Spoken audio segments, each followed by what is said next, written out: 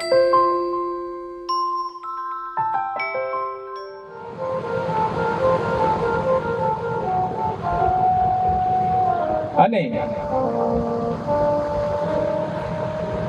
ભગવાન પરશુરામનો એ બ્રાહ્મણના ઘરે જન્મ થાય.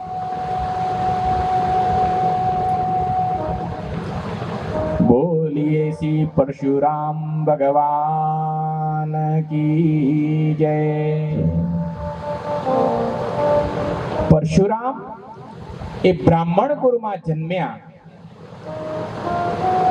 તેમ છતાં તેમાં પેલો ચરુ બદલાઈ જવાના કારણે ક્ષત્રિયોચિત ગુણ હતા.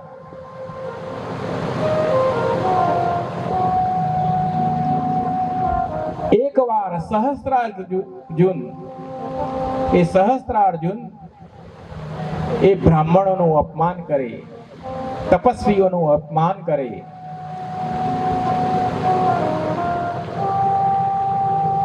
અને જે પરશુરામના પિતા છે એમનું પણ અપમાન કરે છે.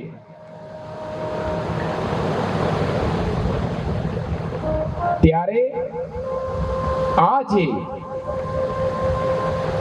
પરશુરામ છે તે સહસ્ત્રાર્જુનનો નાશ કરે.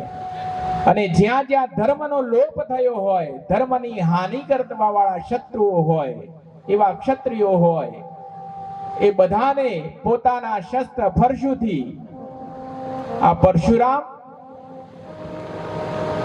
એ દરેક ક્ષત્રિયોને દંડ આપે. એવું કહેવાય છે કે પરશુરામે એ 17 વખત આ પૃથ્વીને નિક્ષત્રિય કરી. ઘણા માણસો એવો પ્રશ્ન પૂછે કે એક વખત ક્ષત્રિય વગરની ધરતી પરશુરામ ભગવાને કરી દીધી, તો બીજી વાર ક્ષત્રિયો ક્યાંથી આવ્યા? પણ પરશુરામે જે ક્ષત્રિયો ધર્મ ચૂક્યા હતા એ ધર્મ ચૂકનાર ક્ષત્રિયોનો નાશ કર્યો. એ વખતની ઘણી બધી ક્ષત્રિયાણીઓ એ ગર્ભાવસ્થા ધારણ કરેલી હતી, ક્ષત્રિયોના બાળકો પણ હતા. એમનો નાશ ભગવાન પરશુરામે નથી કર્યો. પણ જે ક્ષત્રિયો ઉદ્દંડ બની ગયા હતા, ધર્મયુક્ત શાસન નહોતા કરતા, એવા ક્ષત્રિયોને ભગવાન પરશુરામે દંડ આપ્યો. નહીં તો એ વખતે રાજા દશરથ પણ હતા અને રાજા જનક પણ હતા, બંને ક્ષત્રિયો હતા. એમને દંડ નથી આપ્યો, કારણ કે એ ધર્મ પ્રમાણે પોતાનું જીવન જીવતા. તો આમ ભગવાન પરશુરામ એ ઉદ્દંડ બનેલા ક્ષત્રિયોને દંડ આપવા માટે એ પરશુ ધારણ કર્યું, એટલા માટે પરશુરામ કહેવાયા. અને એમના જન્મની કથા આ પવિત્ર ભાગવત પુરાણમાં કહેવામાં આવી. શુકદેવજી ને પરીક્ષિત પૂછે છે, આ બાજુ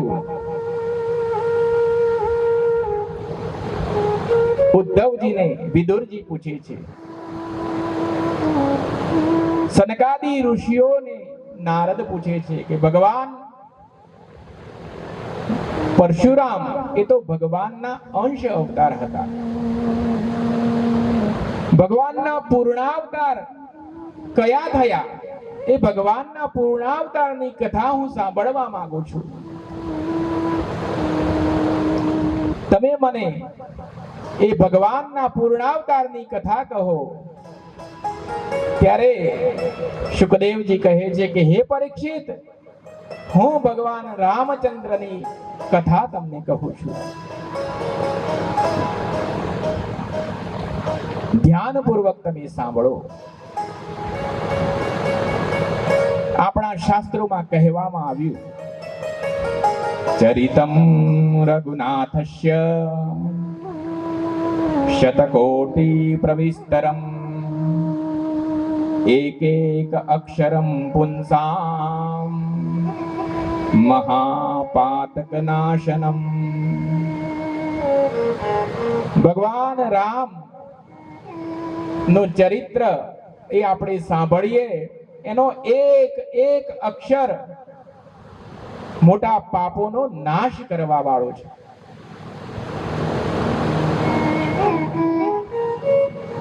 અને આ ભગવાન રામચંદ્રનું ચરિત્ર એ ભગવાન શિવના હૃદયમાં ધારણ થયેલું છે.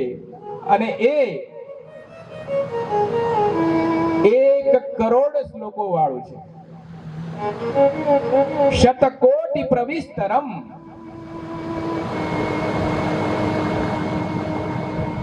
આપણા શાસ્ત્રોમાં એક વાત આવે, ભગવાનના બાળકો તો બધા છે, દેવો છે, દાનવો છે, માનવો છે, અને ભગવાન શિવ તો ભોળા છે.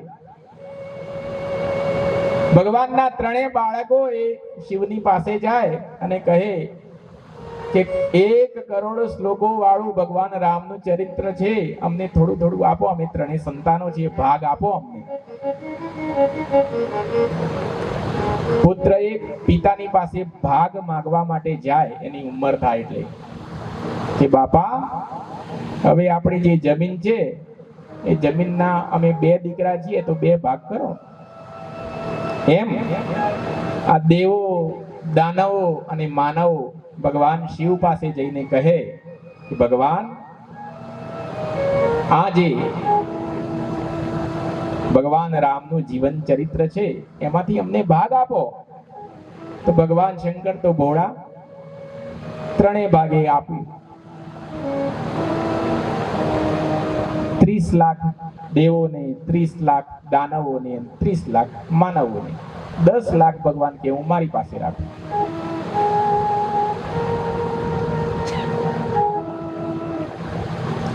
કારણ કે પિતા પણ કંઈક ને કંઈક પાસે રાખે કે વૃદ્ધાવસ્થામાં જો પુત્ર પિતાની સેવા ના કરે તો પિતાએ કેવી રીતે પોતાનું ગુજરાન ચલાવવું. એટલા માટે એક થોડોક હિસ્સો પોતાની પાસે રાખે. અને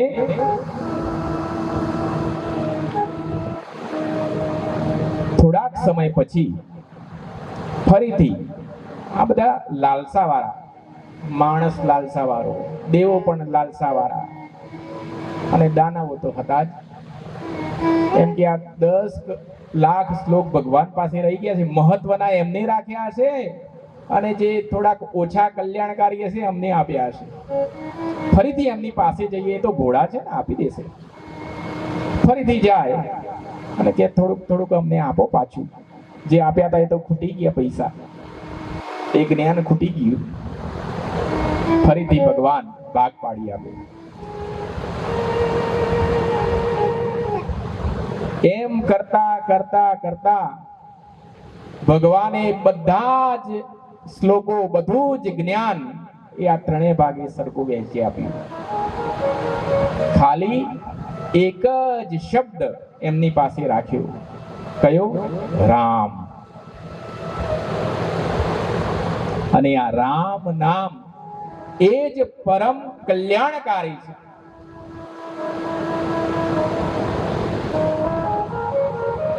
એવું કહેવાય કે કાશીમાં જેનું મૃત્યુ થાય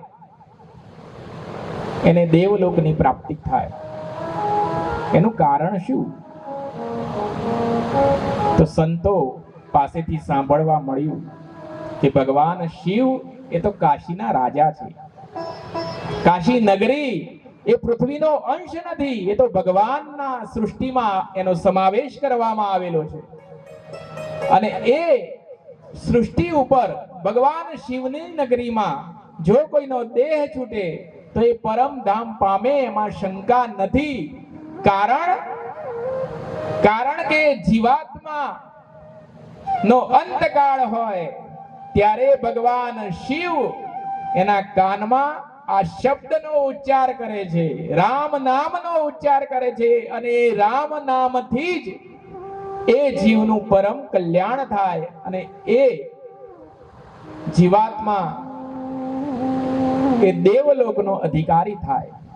તો ભગવાન રામનું ચરિત્ર એનો ખૂબ મહિમા ગાવામાં આવ્યો.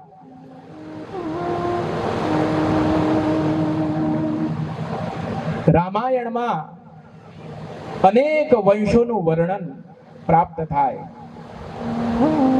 રઘુ નામનો મહા તપસ્વી પરાક્રમી રાજા થયો, માટે એ વંશ આખો રઘુવંશ કહેવાયો.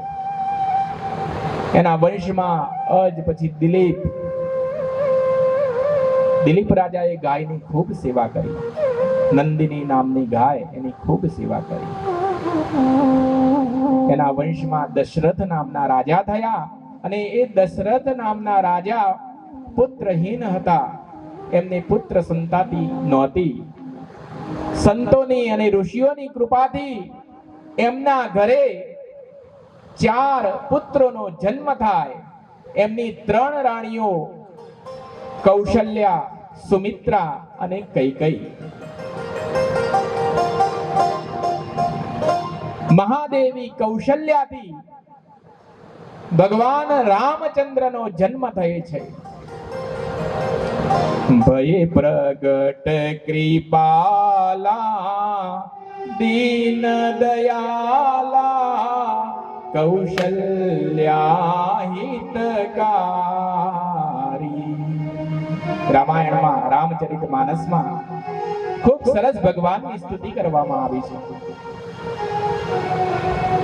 કૌશલ્યાને ભગવાન રામચંદ્ર નો જન્મ થયો. એ વખતે કૈકેયીએ ભરતને જન્મ આપ્યો, અને સુમિત્રાને 2 પુત્રોની પ્રાપ્તિ થઈ,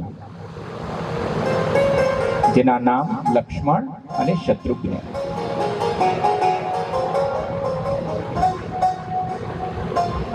ભગવાન વશિષ્ઠ પાસે જ્ઞાન મેળવે છે, અને એ જ્ઞાન મેળવીને અનેક અસુરોનો સંહાર કરે છે. વિશ્વામિત્રના યજ્ઞની રક્ષા કરે છે. બાળપણમાં જ અનેક મોટા મોટા રાક્ષસોનો સંહાર કરે છે. ખર અને દૂષણ. 4 ભાઈઓ એ વશિષ્ઠની સાથે ફરતા હોય છે, એમના યજ્ઞનું રક્ષણ કરતા હોય છે. ત્યારે એકવાર એક વિદેશ દેશમાં જાય છે. ત્યાં સ્વયંવરની રચના થઈ હોય છે. એમાં સ્વયંવરમાં એ રામચંદ્ર અને સીતાનો મિલાપ થાય છે. પછી તો બંને કુળ, એક જનક રાજાનો અને દશરથ રાજાનો. પેલા એમ કહે કે મારે 4 પુત્રીઓ છે, પેલા એમ કહે કે મારે 4 દીકરા છે, અને 4નું એક જ માંડવી લગ્ન ગોઠવી દે, એક જ ખર્ચામાં પતાવી દઈએ એમ. ભગવાન રામચંદ્રનો વિવાહ સીતા સાથે થાય. ભરતજીનો વિવાહ એ માંડવી નામની કન્યા સાથે થાય. લક્ષ્મણજીનો વિવાહ ઉર્મિલા સાથે થાય, અને શત્રુઘ્નજી નો વિવાહ એ શ્રુતિ કીર્તિ નામની કન્યા સાથે થાય. ભગવાન રામ અને સીતા એ ખૂબ સમય ત્યાં જનકપુરીમાં રોકાય છે. જાનને વિદાય કરવાનું મન થતું નથી. અંતે જાન વિદાય થાય અને બધા અયોધ્યા આવે. અયોધ્યામાં સંસાર એ ચાલતો હોય, એવામાં રાજા દશરથને એમ વિચાર આવે કે હવે મારે આ રાજ્ય એ રામને સોંપી દેવું જોઈએ. રામનો રાજ્યાભિષેક કરવા માટેનો દિવસ નક્કી થઈ ગયો, અને રામનો રાજ્યાભિષેક નક્કી થયો એ વખતે વશિષ્ઠ ઋષિએ કહેલું કે આ રાજા રામ જે દિવસે ગાદી ઉપર બેસશે એ જ દિવસ શુભ છે. ઘણા માણસો એવો પ્રશ્ન કરતા હોય છે કે ભાઈ આ જ્યોતિષ નામનું એક શાસ્ત્ર છે, તો એ વખતે વશિષ્ઠ ઋષિ તો એટલા મોટા ઋષિ હતા, એમને મુહૂર્ત જોયું, તે છતાં એ મુહૂર્ત પ્રમાણે તો કામ ન થયું. એમને તો રાજ્ય સિંહાસને બેસવાનું મુહૂર્ત કાઢ્યું હતું, અને રામને તો વનમાં જવું પડ્યું. આવું કેમ થયું? તેની સ્પષ્ટતા હું તમને કહું કે વશિષ્ઠ ઋષિએ કોઈ મુહૂર્ત કીધું જ નથી. એમને શું કીધું કે રામ જે દિવસે રાજ્ય ગાદી ઉપર બેસશે એ જ મુહૂર્ત શ્રેષ્ઠ હશે. પણ દશરથ રાજાને ઉતાવળ હતી કે મારે તો દીકરાને આપી જ દેવું છે બધું, એટલે એ ઉતાવળ કરતા હતા અને કહી દીધું, એમની રીતે જાહેરાત કરી દીધી કે રામને જઈને જણાવી દો આવતીકાલે તમારો રાજ્યાભિષેક છે. રામના ચહેરા ઉપર લેશ માત્ર ફરક પડતો નથી. સુખેશુ અનુદિગ્ન મનાહા દુઃખેશુ વિગત સ્પૃહ વિતરાગ ભય ક્રોધઃ સ્થિતરધિ મુનિરુચ્યતે. સુખ અને દુઃખમાં જે સમતા રાખે એનું નામ જ છે રામ. આપત્સુ રામ સમરેશુ ભીમ દાનેશુ કર્ણ નયેશુ કૃષ્ણ વિશ્વ પ્રતિજ્ઞા પરિપાલનેશુ વિક્રાંત કાર્યેશુ ભવાંજનેય. ગમે તેવી આપત્તિ આવે રામના ચહેરા ઉપર કોઈ ફરક ન પડે. રામચંદ્રને સમાચાર મળે છે કે વનમાં જવાનું. પિતાની આજ્ઞા છે, હા તો વનમાં જઈશ. સીતાજી કહે કે મેં તો તમારી સાથે સુખ અને દુઃખમાં સાથે રહેવાનું વચન લીધું છે. તમે જંગલમાં જાઓ, વનમાં જાઓ અને હું અહીંયા રાજ્યના સુખ ભોગવું એ યોગ્ય ન કહેવાય. હું પણ તમારી સાથે આવીશ. રામચરિત માનસમાં કીધું, જનક સુતા જગ જનની જાનકી અતિશય પ્રિય કરુણા નિધાનકી. જાનકી એ રામચંદ્રજીને ખૂબ અતિશય પ્રિય છે. અતિશય શબ્દ લગાવ્યો છે, અતિશય પ્રિય કરુણા નિધાનકી.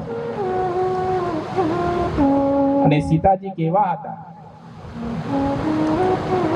એ જો ખુલ્લી જમીન ઉપર ચાલે ને રાજમહેલમાં તો પણ પગમાં ચાંદા પડી જાય, એટલા કોમળ હતા.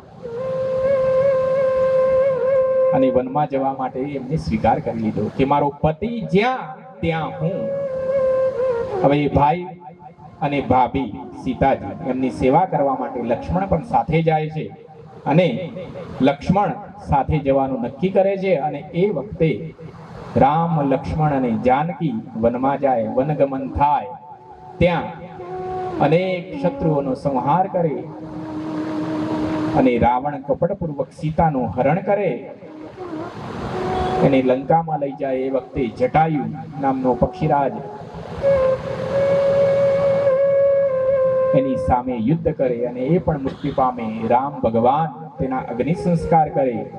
આગળ સુગ્રીવ સાથે મિત્રતા થાય, વાનરોની ટીમ તૈયાર થાય અને એ વાનર સેલા લઈને સમુદ્ર સેતુ બાંધીને રામ એ રાજા રાવણની નગરી લંકા ઉપર ચઢાઈ કરે અને રામ રાવણનું ભયંકર યુદ્ધ થાય. અને એ ભયંકર યુદ્ધમાં રાવણ પોતાના સમગ્ર કુળ સાથે નાશ પામે.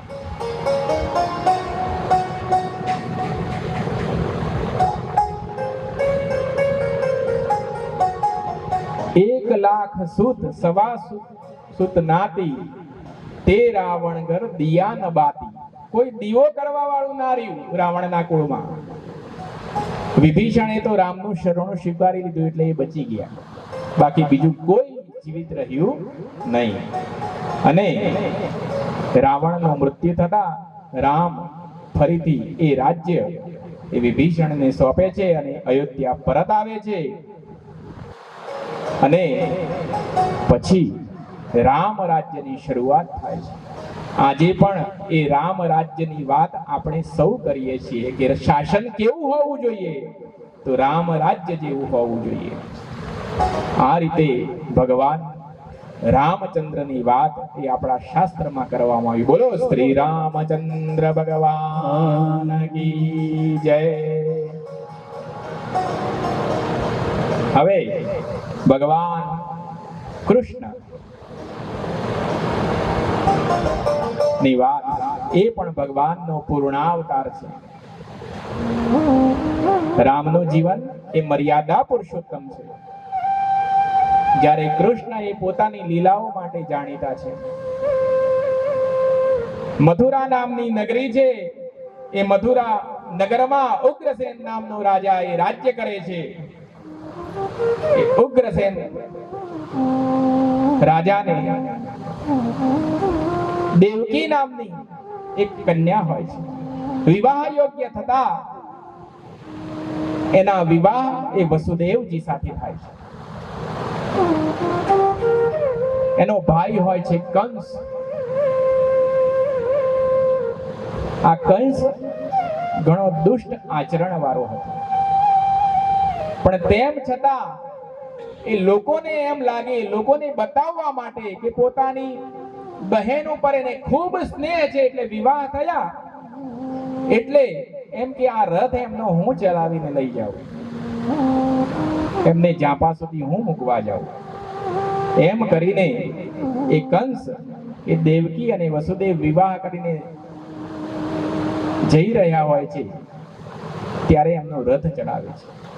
એ જ વખતે એક આકાશવાણી થાય છે કે હે કંસ, તું હર્ષોલ્લાસિત થઈને જે નવયુગલને તું વળાવવા માટે જાય છે, એ નવયુગલનો 8મું સંતાન તારા નાશનું કારણ બનશે. અને બધો જ પ્રેમ કંસનો દૂર થઈ ગયો. દુષ્ટ માણસો હંમેશા એવા હોય, જ્યાં સુધી પોતાનું કામ સાધવાનું હોય ત્યાં સુધી ખૂબ સારા રહે બધાની સાથે, પણ જેવું એમને એમ થાય કે મારું નુકસાન થવાનું છે, પોતાની દુષ્ટતા ઉપર આવી જાય. દેવકી અને વાસુદેવને કારાગારમાં કેદ કરી દીધા. અને કારાગારમાં કેદ કરી દીધા. થોડોક સમય થયો, વસુદેવજી અને દેવકીને પ્રથમ સંતાનની પ્રાપ્તિ થાય છે.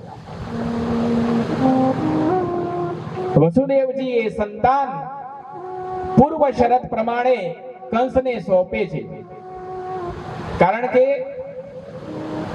એ કેદખાનામાં, જેલખાનામાં એને એમ જ હોય છે કંસને કે આ બંનેને મારી નાખું. પણ વસુદેવજી એને રોકે છે કે હે કંસ, તને તો ભય અમારા સંતાનોથી છે, અમારાથી તો ભય નથી.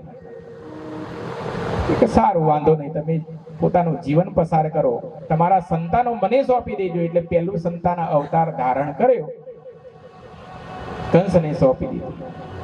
જેવું કંસ હાથમાં લે છે કે આને મારી નાખવાનું, પણ બાળક હોય ને, નિર્દોષ હોય, ગમે તેવો દુષ્ટ માણસ હોય, બાળકને હાથમાં લે એટલે કરુણા જાગી જ જાય એનામાં. કંસને પણ કરુણા જાગી જાય છે કે આને મારું શું બગાડ્યું, આને નથી મારું. એમ કરીને વસુદેવજીને પાછો આપી દે છે. મને તો 8મા સંતાનથી ભય છે, પહેલાથી નથી. એ વખતે નારદજી આવે. નારદજીને એમ થાય કે જો આ કંસ આવો કરુણા વાળો બની જશે તો ભગવાનના અવતારનું કાર્ય કેવી રીતે સિદ્ધ થશે. જો નારદ વિશે ઘણી બધી લોક માન્યતાઓમાં એમ થાય કે નારદ બુદ્ધિ, કે નારદજી જ્યાં જાય ત્યાં ઝઘડા જ કરાવે, પણ એવું નથી હો. નારદજી એ દરેકના કર્મોનું ફળ આપવા માટે એ ઉદ્ધૃત બનતા હોય છે. કંસને એના કર્મોનું ફળ આપવાનું હતું, એનામાં કરુણા જાગી જાય તો એના કર્મોનું ફળ કેવી રીતે મળે એને. એટલા માટે નારદજી કંસ પાસે જાય છે કે જો આ તો દેવો કહેવાય, આમની ગણતરીની વ્યવસ્થા બધી જુદી હોય.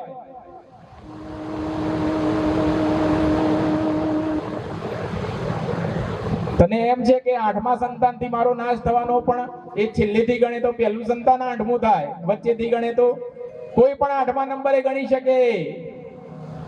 એટલા માટે તું આવા કરુણામાં ન આવ, દયામાં ન આવ. કંસ ફરીથી આદેશ કરે કે જાઓ વસુદેવજીને બોલાવો સંતાનની સાથે, અને પેલું સંતાન એના પાસેથી લઈ લે છે, વસુદેવજી પાસેથી નાશ કરે છે. એમ કરતા કરતા કરતા 6 સંતાનોનો નાશ કરી દે છે. આ બાજુ ભગવાનના અવતારની તૈયારી થઈ ગઈ છે. ભગવાન અવતાર લેવા માટે પોતાની વ્યવસ્થા ગોઠવી ચૂક્યા છે. ભગવાનનો અવતાર થવાનો છે એમ માનીને દેવો ઋષિઓ દરેક પોતપોતાના વ્યવહાર શું કરવાના છે એ પ્રમાણે એ પણ પોતે જન્મ લઈ ચૂક્યા છે. આ બાજુ ગોકુળમાં નંદ અને યશોદા ભગવાનની ખૂબ ભક્તિ કરતા હોય છે. એમાં રોહિણીના ગર્ભમાં બલરામનો ગર્ભ રહે છે અને આ બાજુ દેવકીને પણ ગર્ભ ધારણ થાય. એ 7મું સંતાન અને પછી 8મું સંતાન.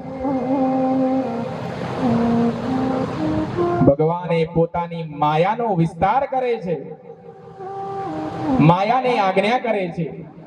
ગીતામાં ભગવાને કીધું, દેવી યેષામ ગુણમયી મમ માયા દુરત્યયા મામેવ વે પ્રપદ્યન્તે માયા મેતામ તરંતિ તે.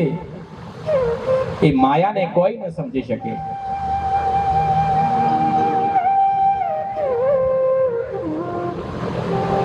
ત્યાં યશોદાજીને એક પુત્રીનો જન્મ થયો. આ બાજુ દેવકીને વસુદેવજીને 8મા સંતાનની પ્રાપ્તિ થઈ. બોલો શ્રી કૃષ્ણ કનૈયા લાલ કી જય. એ 8મું સંતાન જ્યારે જન્મ થયો ત્યારે રોહિણી નામનું નક્ષત્ર હતું. બધા ગ્રહો, આકાશ, દિશાઓ બધું જ વ્યવસ્થિત રીતે બધું ગોઠવાઈ ગયું. દરેકના હૈયા ખૂબ આનંદિત થયા અને એ વખતે એનું તેજ પ્રગટ થવા લાગ્યું અને ભગવાનની માયાના કારણે એ ભગવાને બધા જ જે જેલના તાળા હતા, કાલકોટડી હતી, સૈનિકો હતા, એ બધા માયામાં પડી ગયા. બધું ખુલ્લું મુકાઈ ગયું અને વસુદેવજીને કહેવામાં આવ્યું કે આ બાળક તમે નંદલાલને ત્યાં મૂકી આવો. એ ટોપલીમાં લઈને વસુદેવજી એ ગોકુળ જવા માટે નીકળે છે. ત્યાં એ યમુનાજી એ ભગવાનના ચરણ સ્પર્શ કરવા માટે ધીમે ધીમે વધતા જાય છે અને ભગવાનને એ શેષનાગ એ છત્ર ધરવા માટે ઉદ્ધત થાય છે. અંતે વસુદેવજી એ ગોકુળમાં આવીને એ સંતાન એ યશોદાની બાજુમાં મૂકે છે અને એમને ત્યાં જે પુત્રીનો માયાનો જન્મ થયો હતો એ પોતે લઈને પાછા મથુરા આવે છે. ત્યાં કાલકોટરીમાં પાછું જેમ હતું તેમ પાછી વ્યવસ્થા ગોઠવાઈ જાય છે. બધા સૈનિકો સતેજ થઈ જાય છે, જેલના તાળા બંધ થઈ જાય છે, પોતે બેડીઓથી બંધાઈ જાય છે અને કંસને ખબર પડે છે કે હે કંસ, દેવકીજીને 8મા સંતાનની પ્રાપ્તિ થઈ છે અને એ 8મું સંતાન અવતરી ચૂક્યું છે. એ વખતે કંસ એ પોતે ખૂબ ભયભીત થઈને એ ખૂબ જ ઝડપથી એ જેલમાં જાય છે અને એમ કે આને તો મારી જ નાખું. એ ખૂબ ઉગ્ર બન્યો હોય છે અને 8મા સંતાનના ભયને કારણે એ માયાને હાથમાં પકડે છે. એવી માયા એના હાથમાંથી છટકી જાય છે અને બોલે છે કે હે કંસ, હે દુષ્ટ, તને મારવા વાળો આ પૃથ્વી ઉપર અવતાર ધારણ કરી ચૂક્યો છે અને ભગવાન શ્રી કૃષ્ણનો જન્મ થાય છે. બોલો શ્રી કૃષ્ણ કનૈયા લાલ કી જય. સૌ આનંદિત થાય છે અને બોલે છે નંદ ઘેરા નંદ ભયો જય કનૈયા લાલ કી.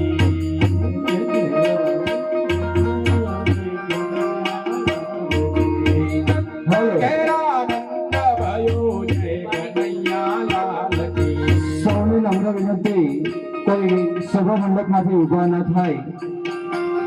જે બાળકૃષ્ણ છે એની આંખોમાં ફૂલ ન પડે અને અહીંની જે વ્યવસ્થા છે ખોરવાઈ ન જાય એની સૌ કાળજી રાખીશું.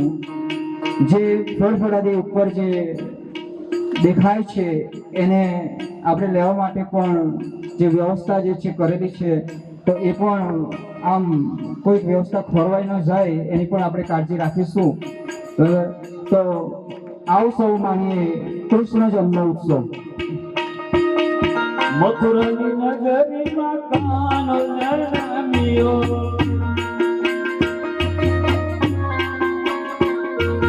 મથુરાની જેલમાં કાનો જન્મ્યો.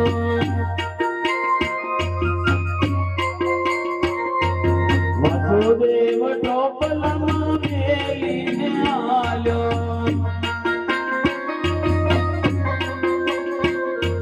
વાસુદેવ ટોપલામાં મેલીને આલ્યો.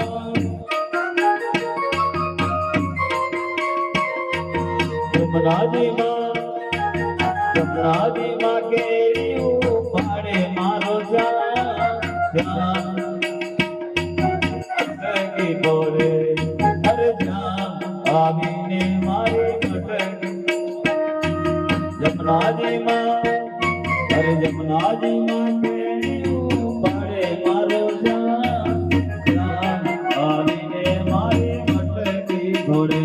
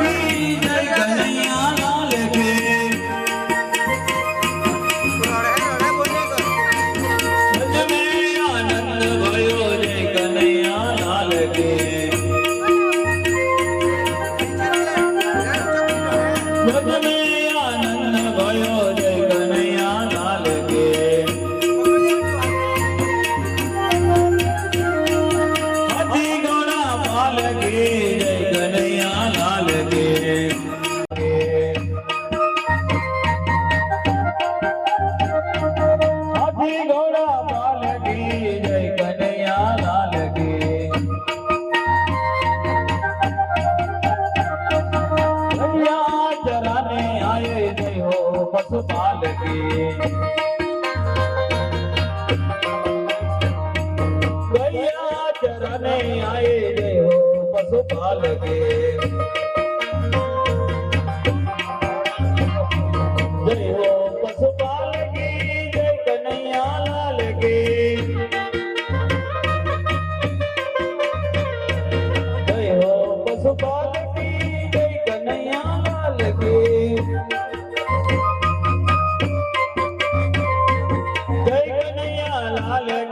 हाथी गौड़ा पाल के,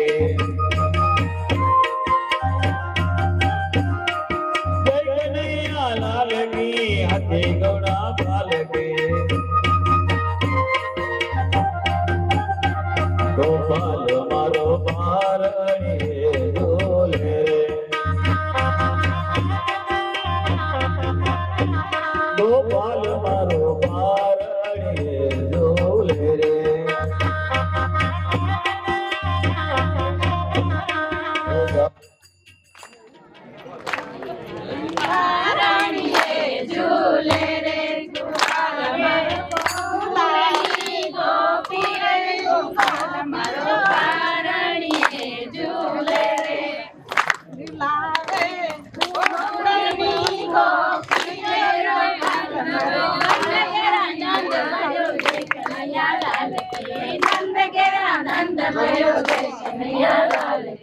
जय कन्हैया हाथी घोड़ा, जय कन्हैया हाथी घोड़ा, ठाकुर में कौन है,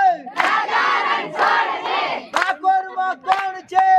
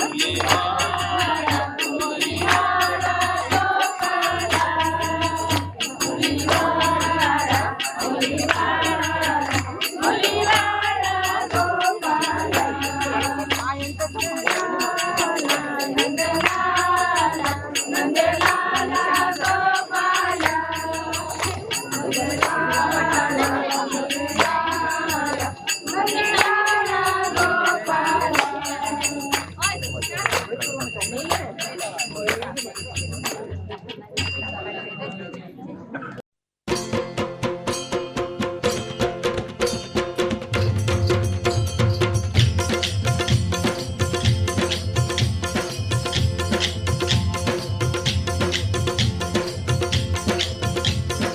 आनंद उमंग भयो जय हो नंदलाल की। हे आनंद उमंग भयो जय हो नंदलाल की। ब्रज में आनंद भयो जय यशोदा लाल की। हे ब्रज में आनंद भयो जय यशोदा लाल की।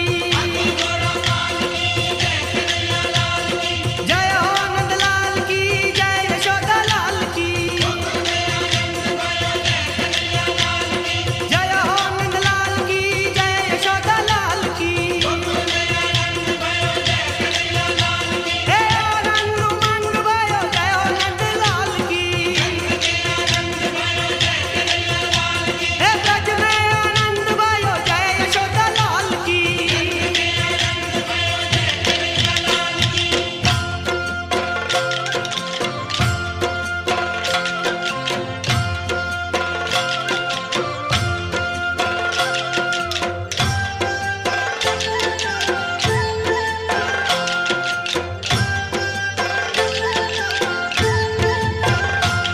हे आनंद उमंग भयो जय हो नंदलाल की।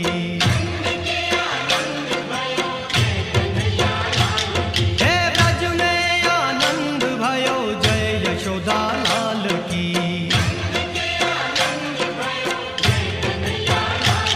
हे आनंद उमंग भयो जय हो नंदलाल की।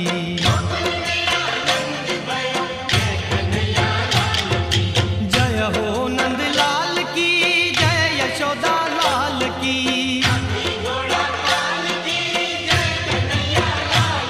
ओ जय हो नंदलाल की जय यशोदा लाल की। हे आनंद उमंग भयो जय हो नंदलाल की। हे ब्रज में आनंद भयो जय यशोदा लाल की।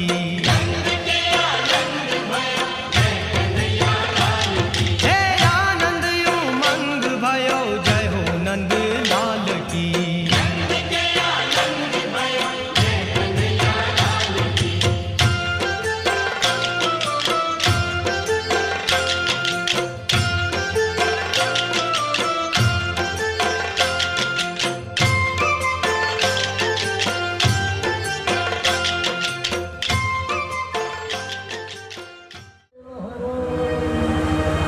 સુંદર મજાનો પ્રસંગ ચાલી રહ્યો હતો.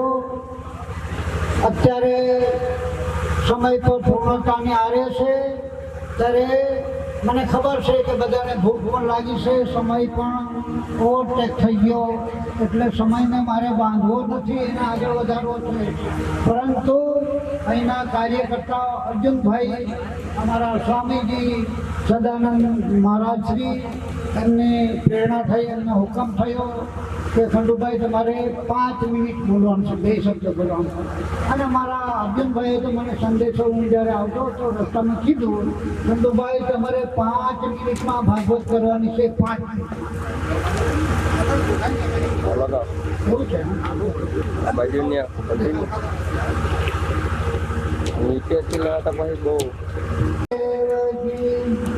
એકદમ ટૂંકમાં બોલવાનો પ્રયત્ન કરીશ. હું તમને બધાને જાણું છું, મને પણ ભૂખ લાગી છે, સમયની પણ મર્યાદા છે, અને હમણાં નવું વર્ષ ચાલે એટલે દરેકને ઘરે જવાની ઉતાવળ હોય. તો સૌથી પ્રથમ દરેક ભાઈ બહેનોને મારા નૂતન વર્ષ અભિનંદન. દરેક ભાઈઓને જય શ્રી કૃષ્ણ. જરા જોરથી બોલો, જય શ્રી કૃષ્ણ, જય શ્રી રામ, જય જય શ્રી રામ. બોલે ભાગવત ભગવાન. આજના પાવન પ્રસંગે મંચસ્થ ઉપસ્થિત અભિનવ સુખદેવ સ્વામી શ્રી સદાનંદજી મહારાજ જેઓ પોતે એક વિદ્વાન વક્તા છે. ભાગવતમાં એવું આવે કે વક્તા કેવો હોવો જોઈએ તો વિદ્વાન હોવો જોઈએ, પહેલા નંબરમાં પસંદગી કરવા જોઈએ. બીજા નંબરમાં કથાનો વક્તા કેવો હોવો જોઈએ તો વડીલ હોવો જોઈએ, વયોવૃદ્ધ હોવો જોઈએ, તો વડીલ પણ ખરા. ત્રીજા નંબરમાં એમ કહ્યું કે સાધુ નામ એટલે સાધુ પણ હોવું જોઈએ, તો સંન્યાસી પણ પોતે છે, બ્રહ્મચારી છે. તો દરેક રીતે આપ લોકોએ ફૂટેજવાળાએ જે કથાકારની વરણી કરી છે ખૂબ જ ઉત્તમ છે, ખૂબ જ ઉત્તમ છે. તો એવા સદાનંદ સ્વામીજી મારા કોટી કોટી વંદન. બાજુમાં બેઠા સહાયક, આમ ઘણાને એમ થશે કે ભાઈ ભાગવતની કથામાં તો વક્તા એક જ આવે, વ્યાસપીઠ એક જ આવે ને અહીંયા તો બબ્બે વ્યાસપીઠ બબ્બે કથા કરે. આ શું? ત્યારે એના માટે પણ હું ચોખવટ કરી આપું તમને કે ભાગવતમાં ઉલ્લેખ છે કે કથાકારે પોતાના જેવો જ વિદ્વાન અને પોતાના જેવો જ સદાચારી વક્તા સાથે સહયોગી રાખવો જોઈએ, આવું વર્ણન છે. તો મહારાજશ્રી મેં આજે જ સાંભળ્યા, પરંતુ ખૂબ વિદ્વાન છે. અને શું કહું બીજી વાત, આજે કથાનો ચોથો દિવસ ચાલે. ચોથો દિવસ એટલે કથાકારો માટેનો ખૂબ જ મોટો પ્રોબ્લેમનો દિવસ, કારણ કે એમાં એટલા બધા ભગવાનના જન્મનું વર્ણન આવે, એટલું બધું વર્ણન કથાઓ આવે કે સમય ઓછો પડે. અને જેમ તેમ નવમા સ્કંદમાં આવે એટલે રામ જન્મ ઉત્સવ કરવો પડે, એટલે મહારાજશ્રીએ ખૂબ જ સંસ્કૃત રામ જન્મોત્સવ કરાવી દીધો અને એની પાછળ કૃષ્ણ જન્મ કરવો પડે.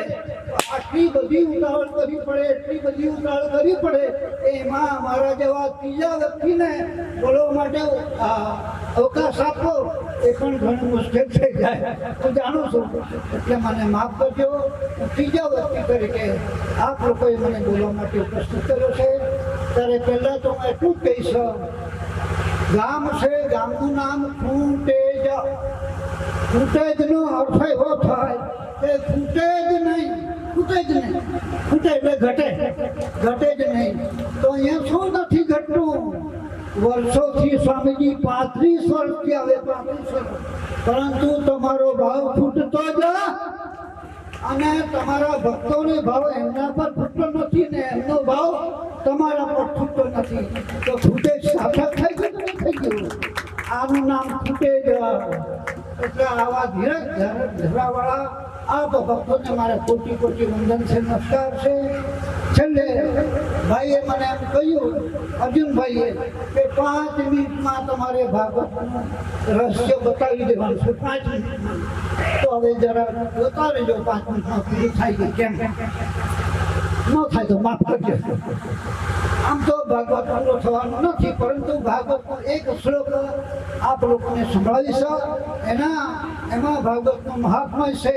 એ મહાત્મા જો તમારા સમાજમાં આવી જાય તો તમારો ભાગવત પરિપૂર્ણ થયેલો ગણાશે. બોલે કૃષ્ણ કનૈયા. એકવાર બધા ઋષિ મુનિઓ વિદ્વાનો ભેગા થયેલા, મોટા મોટા પંડિતો ભેગા થયેલા. તેમાં ચર્ચા કરવામાં આવી કે આ પૃથ્વી પર કયું શાસ્ત્ર એવું છે કે બધા કરતાં ઉત્તમ શાસ્ત્ર ગણી શકાય, બધા કરતાં મોટું ગણી શકાય? આવો પ્રશ્ન કર્યો. અહીંયા આગળ મારા ભાગવતકાર લખે, ભ્રૂમોગતે કિમધિકમ મહિમાનમેવમ બ્રહ્માત્મકસ્ય ભુવિ ભાગવતા વિદસ્ય. જુગે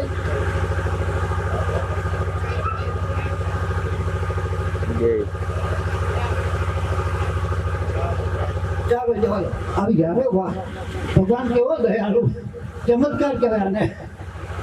તો ભગવાનના શ્લોકમાં એવું કહ્યું, બ્રહ્માત્મકસ્ય ભુવિ ભાગવતા વિદસ્ય. તો ભગવાન આમ પંડિતોએ પ્રશ્ન કર્યો કે ભ્રૂમો ગતે કિમ અધિકમ મહિમા. બધા આ પૃથ્વી લોકમાં કયા શાસ્ત્રનો મહિમા મોટો છે?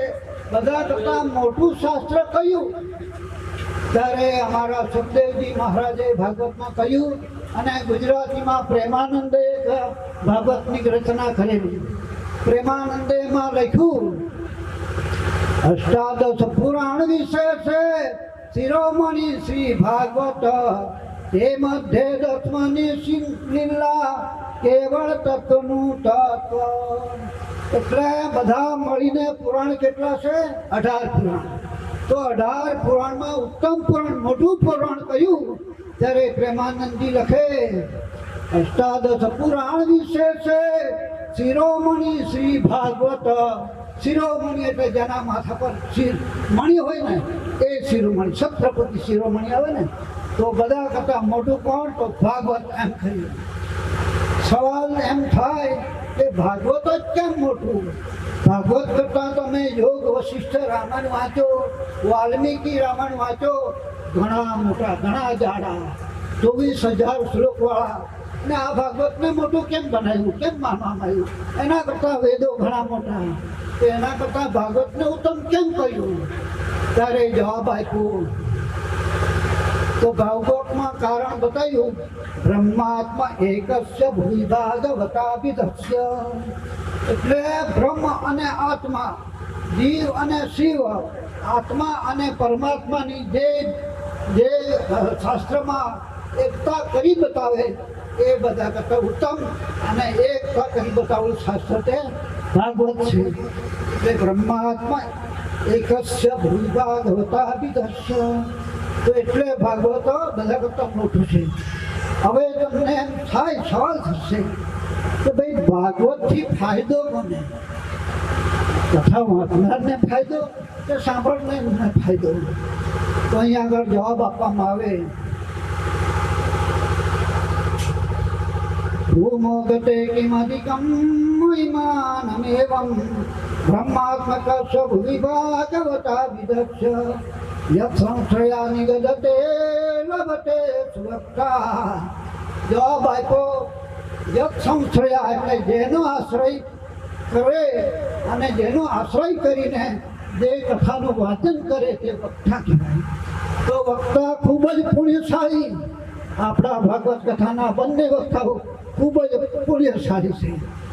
તો તમને એમ થશે કે ભાઈ આ તો કલ્યાણ થઈ ગયું બેનું, કથા વાંચનારનું. તો આપણે 3 કલાકથી બેઠા અને ફોકટમાં જવાનું આપણું શું? ખોટો ટાઈમ વગર બરબાદ કર્યો ને. આ તો ફાયદો, નફો તો બધા આ લોકો લઈ ગયા.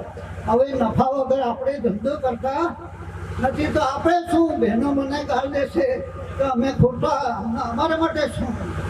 ત્યારે ભાગવત કરે જવાબ આપ્યો છે યક્ષંશ્રયા નિગદતે લભતે સુરક્ષા શ્રોતા પિકૃષ્ણ સમતા મલમન્ય ધર્મઈ. એટલે શ્રોતા અપી, શ્રોતા પણ. શ્રોતા કોણ? તમે બધા શ્રોતા ગણાય ને. તો શ્રોતા અપી કૃષ્ણ સમતા એટલે કૃષ્ણમય તમે પણ બધા બની જાઓ. આ શક્તિ ભાગવતમાં છે. એટલે થોડીક વાર પૂરતા આપ બધા જ કૃષ્ણ રૂપે બની ગયેલા છો. અહીંયા આગળ બહેનો જ્યારે ગભરા ગાતા હતા ત્યારે મને બધા જ ગોપી, બધા જ કૃષ્ણ દેખાતો હતો, બધા ગોપી ભાવ હતા. તો શ્રોતા લોકોને પણ ફાયદો જ ફાયદો, અને તે બધાને જ મોક્ષ પ્રાપ્તિ થાય એ સુંદર મજાની ભાગવતની કથા આપ લોકો સાંભળી રહ્યા છો. હવે બાકીના 2-3 દિવસ બાકી છે, એમાં પણ જરૂરથી બધા પધારજો અને બાકીની શેષ કથા શ્રદ્ધાપૂર્વક સાંભળજો તો જરૂરથી તમારી મુક્તિ થશે, મોક્ષ થશે. આ કથાનું આયોજન કરનાર ભાઈ શ્રી બધાને ઓળખતો નથી, પણ મારા પરમ મિત્ર અર્જુનભાઈ અને સાથી મિત્રો એને મારા કોટી કોટી નમસ્કાર. આવું મોટું ભગીરથ કાર્ય કરવો હોય તો સંગઠન જોઈએ. તો આપ લોકો આવું ને આવું સંગઠન રાખીને આવું ને આવું મોટું કાર્ય, ધર્મનું કાર્ય કરતા રહો. પરમ પૂજ્ય સ્વામીજીને પણ વિનંતી, આટલી ઉંમરે પણ આપ આવો છો, હજુ પણ આવતા રહેજો અને અમારા વિસ્તારને પાવન કરતા રહેજો. ઓમ શાંતિ શાંતિ શાંતિ. આટલું કહીને મારી વાત વિરામ આપું છું. ઓમ શાંતિ. આદરણીય ખંડુ માઇક અને લાઈફ અને છેલ્લી આપણી વાઈફ ક્યારે બગડે કોઈ ગેરંટી નહીં. એટલે જરા કાર્યક્રમને હું પણ આગળ વધારીશ.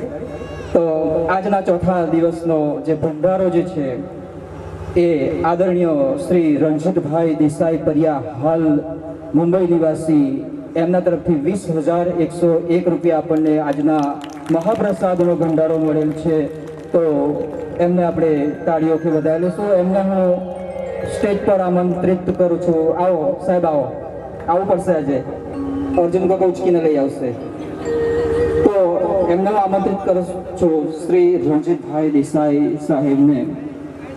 તો એમના સ્થાને જ અર્જુન કાકાને વિનંતી કરીશ કે એમને શાલ ઓઢાડી એમનું સન્માન કરે. અર્જુન કાકા. સીતાને પ્રેમ કર્યો એ બધા રામ થઈ ગયા. સીતાને પ્રેમ કર્યો એ બધા રામ થઈ ગયા, અને રાધાને પ્રેમ કર્યો એ બધા શ્યામ થઈ ગયા. તો આજનો કૃષ્ણ જન્મોત્સવનો કાર્યક્રમ ખૂબ જ સુંદર રીતે આપ સૌએ માણ્યો.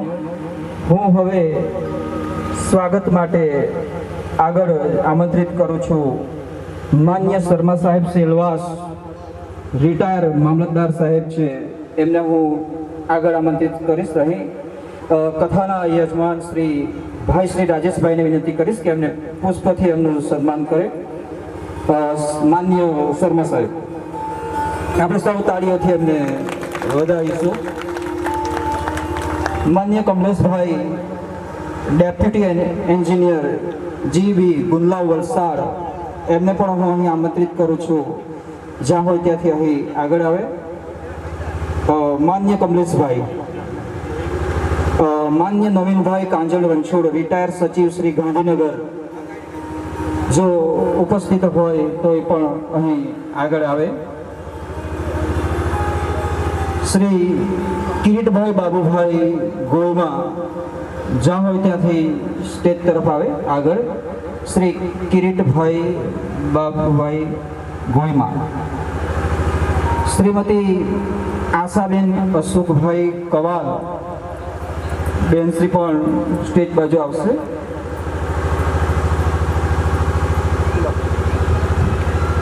કિરીટભાઈને ઝડપથી આગળ આવવા વિનંતી.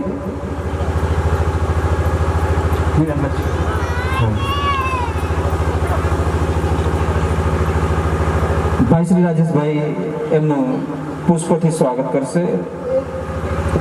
આશાબેન અશોકભાઈનું સન્માન કરવા માટે હું શ્રીમતી યોગિતાબેનને નમ્ર વિનંતી કરું છું. આવી રહ્યા છે, એમનું સન્માન કરશે.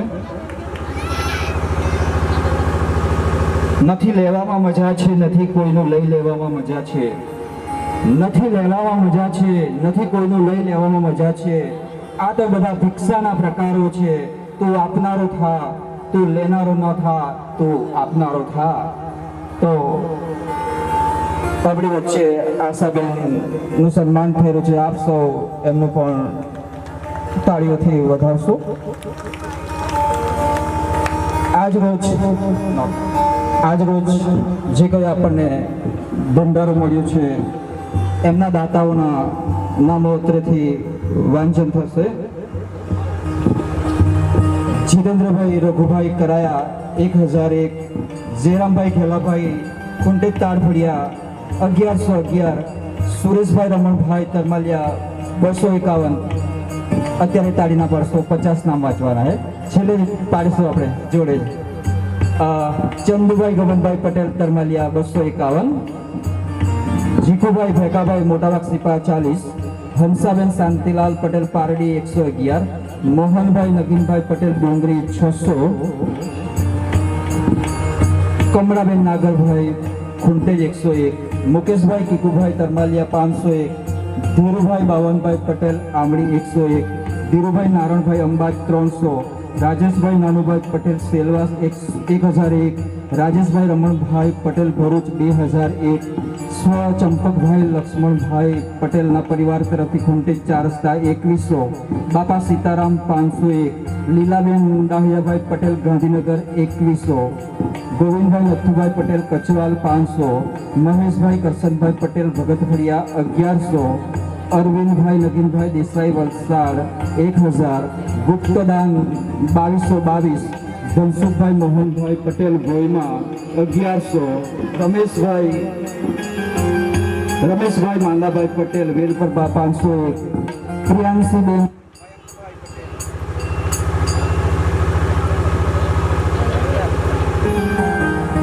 પ્રિયાંશીબેન મયંકભાઈ પટેલ ખુંટેજ 511, ગુપ્તદાન 501, દેવીબેન ભોલાભાઈ પટેલ રોહિયા 111, મગનભાઈ નિરંજનભાઈ પટેલ કરમાલિયા 201, સતીશભાઈ પીડિયાભાઈ પટેલ કરમાલિયા 201, નવનીતભાઈ ધનસુખભાઈ પટેલ ખુંટેજ 1001, ડૉક્ટર નિશિત મહેન્દ્રભાઈ પટેલ વલસાડ 1101, ધનજીભાઈ વસંતભાઈ પટેલ આંબળી 501, ગુપ્તદાન કવાલ તરફથી 501, મેહુલભાઈ પ્રવીણભાઈ પટેલ ખુંટેજ 501, રામભાઈ વિસ્તાભાઈ પટેલ ડુંગલાવ 1101, રાધાબેન અશોકભાઈ પટેલ જગતફળિયા 501, પાર્વતીબેન ગુલાબભાઈ પટેલ રોહિણા 1001, ગુપ્તદાન કુકવાડા તરફથી 101, ભગુભાઈ પટેલ ખુંટેજ 1100,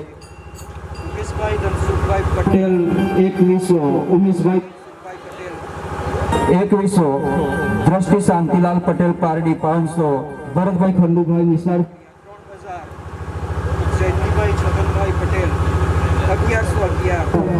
જયંતિભાઈ છગનભાઈ પટેલ 1100,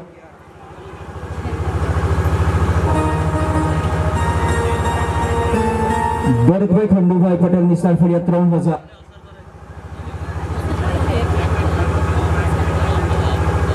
હલો જયંતિભાઈ છગનભાઈ પટેલ ભગત ફળિયા 1111, દિવ્યાબેન મોહનીશભાઈ પટેલ નવેરા 1101, કૃષ્ણા પ્રજ્ઞેશભાઈ પટેલ ખેલાવ 5551, બાબુભાઈ ભાણાભાઈ પટેલ બરાઈ 500, કલાબેન વિનોદભાઈ પટેલ મોટાપડા 501, ઈલાબેન રમણભાઈ પટેલ અંબેટી 501, કિશોરભાઈ રમણભાઈ વેલપરબા 201, હરજીભાઈ ભગત વેલપરબા 501, મીનાબેન વિજયભાઈ પટેલ સરકારી કુવા 201, સ્વ વિઠ્ઠલભાઈ રવિયાભાઈ પટેલ ખુંટેજ તરફથી 777 એટલા માટે કે એમનો જે પરિવાર છે એ પરિવાર ખુંટેજ ભગત ફળિયામાં કષ્ટભજન જે હનુમાનજીનું મંદિર છે એ દર મહિનાની 7 તારીખે એઓ ત્યાં આરતી હોય છે એમના પરિવાર વતી, એટલે એમનો આંકડો એમને શુભ માને છે, એટલે 777 રૂપિયા એમના તરફથી આપણને મળે છે.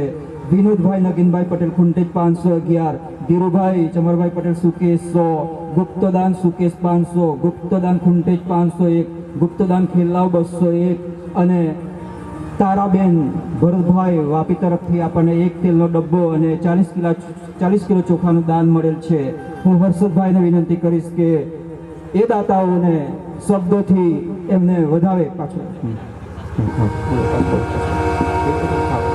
એનું ભલું કરે ભગવાન દ્વારિકા વાળો રે.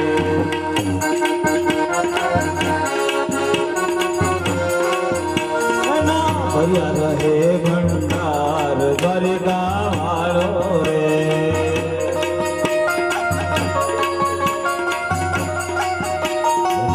ખાતા ખોલાવે 1000 દ્વારિકા વાળો રે.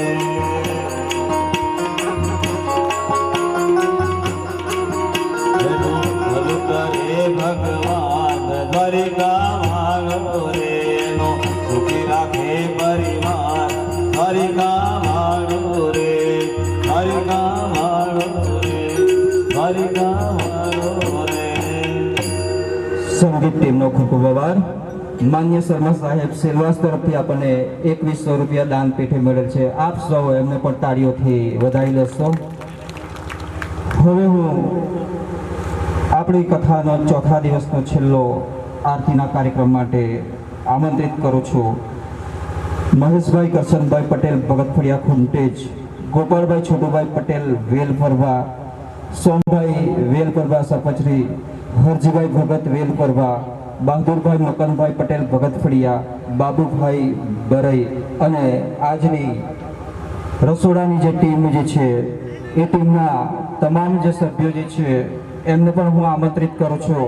અને એમાં નામો છે જે વિપુલભાઈ જવાહરભાઈ પટેલ, બળવંતભાઈ મગનભાઈ પટેલ, ભરતભાઈ કનુભાઈ પટેલ, વિજયભાઈ કનુભાઈ પટેલ, અરવિંદભાઈ નગનભાઈ પટેલ, વિનોદભાઈ નગીનભાઈ પટેલ, જગદીશભાઈ નગીનભાઈ પટેલ, બિપિનભાઈ નગીનભાઈ પટેલ, પ્રવીણભાઈ આયતાભાઈ પટેલ, દિનેશભાઈ ધનસુખભાઈ પટેલ, ઉમેશભાઈ ધનસુખભાઈ પટેલ, નવનીતભાઈ ધનસુખભાઈ પટેલ, રામુભાઈ ભેકાભાઈ પટેલ, આપ સૌ પરિવારના સભ્યોને હું આરતી માટે આમંત્રિત કરું છું. સૌ જેના આપણે નામ કીધા છે તો અહીં આગળ આવે અને આપણે સૌ આરતીમાં જોઈન્ટ થશો.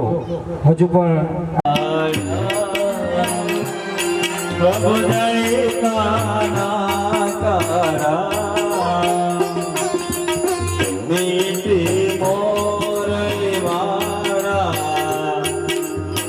ગોપીના પ્યારા પ્રભુ જય કાના કારા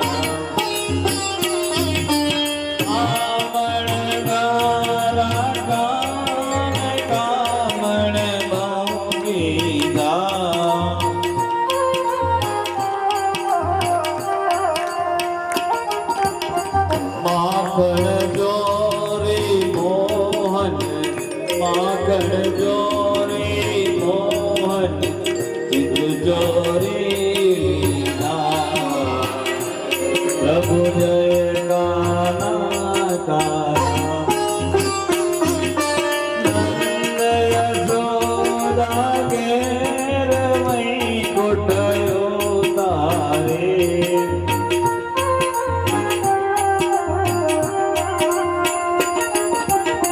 કાલિયા મર્દન ગીગો કાલિયા મર્દન ગીગો ગાયો ને જારી પ્રભુ જય કાના કાના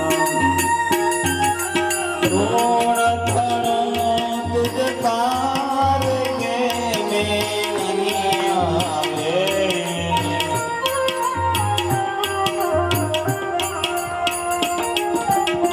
નીતિ વેદ પુકારે નીતિ વેદ પુકારે ઉદિત સુગાવે પ્રભુ જય કાના કાના જય કાના કાના પ્રભુ જય કાના કાના નીતિ મોરલી વાળા નીતિ મોરલી વાળા ગોપીના પ્યારા પ્રભુ જય કાના કારા પ્રભુ જય કાના કારા પ્રભુ જય કાના કારા. સૌ કપૂર સળગાવી દઈએ.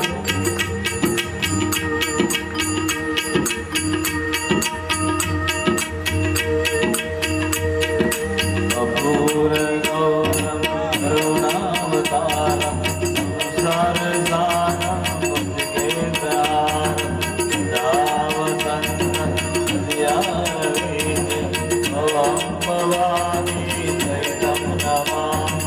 મંગલં ભગવાન વિષ્ણુ મંગલં ગરુડધ્વજ મંગલં પુંડરીકાક્ષ મંગલાય તનોહરે સર્વમંગલ માંગલ્યે શિવે સર્વાર્થ સાધિકે ત્ર્યંબકે ગૌરી નારાયણી નમસ્તુતે નારાયણી નમસ્તુતે નારાયણી નમસ્તુતે.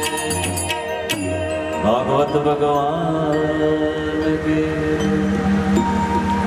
જય કનૈયા લાલ કી હાથી ઘોડા પાલ કી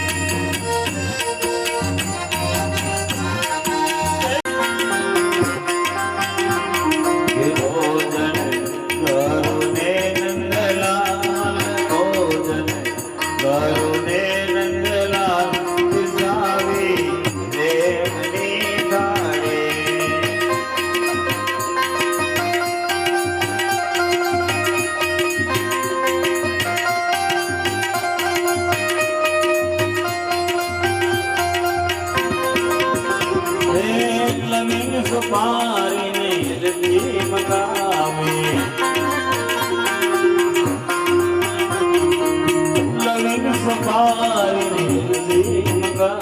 ये मुखवास करुणे नंदलाल मुखवास करुणे नंदलाल दिशावे प्रेमनी काळे